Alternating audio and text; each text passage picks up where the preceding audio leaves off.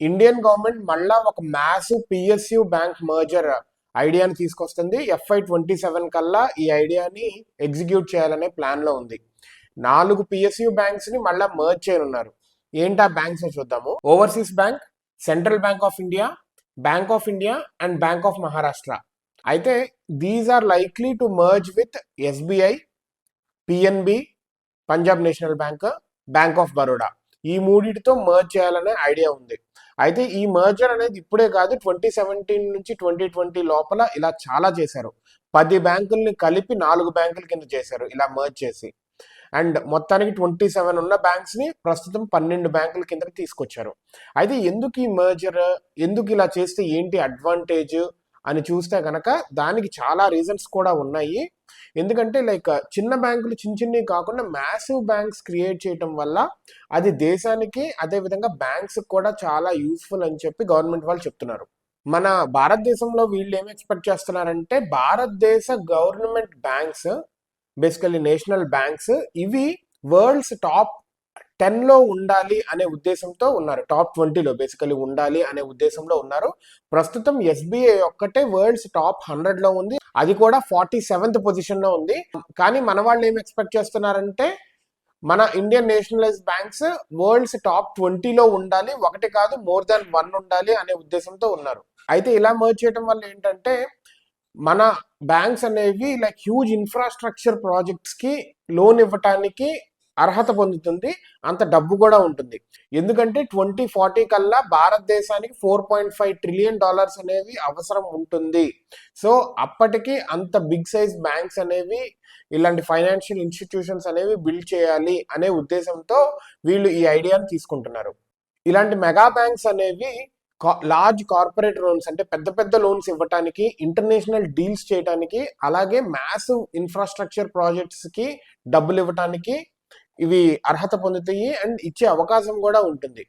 And ఇలా పెద్ద banks ఎప్పుడైతే అవుతాయో డబ్బులు కస్టమర్స్ వాళ్ళకు కూడా ఇవి సేఫ్టీ నెట్ అనేది చాలా స్ట్రాంగ్ గా ప్రొవైడ్ చేసే అవకాశం ఎక్కువ ఉంటుంది.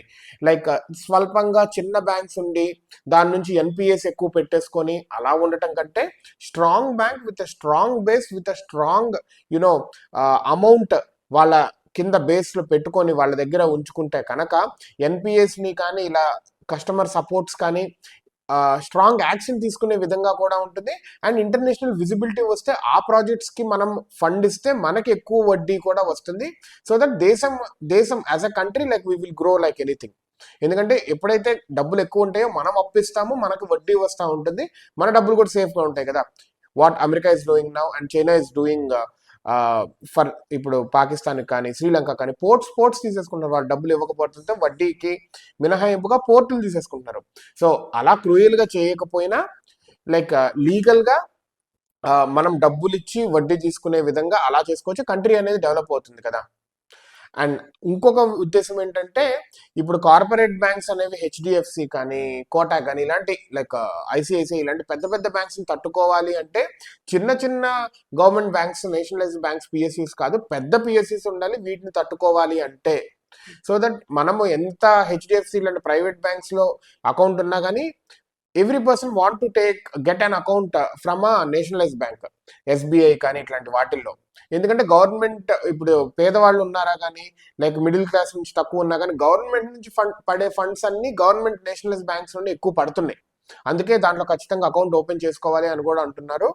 సో దట్ కార్పొరేట్ బ్యాంక్స్ కి పోటీగా నేషనలైజ్డ్ బ్యాంక్ ఉండాలంటే ఇలాంటి మ్యాసివ్ మర్జర్స్ జరగాలి.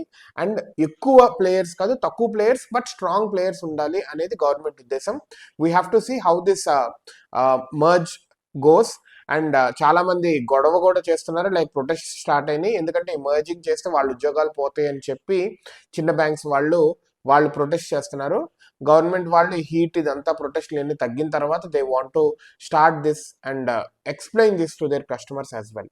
కస్టమర్స్ అంటే ఉద్యోగులతో కూడా ఏమీ పోవురా బాబు, ఒకళ్ళు పోతే వాట్ దే గోనా డూ, పోకుండా ఇలా కలిపితే ఎలా ఉంటుంది అనేది కూడా they gonna explain. I think we have to see how this whole merger goes and how this merger will benefit the country in a total. Let us see.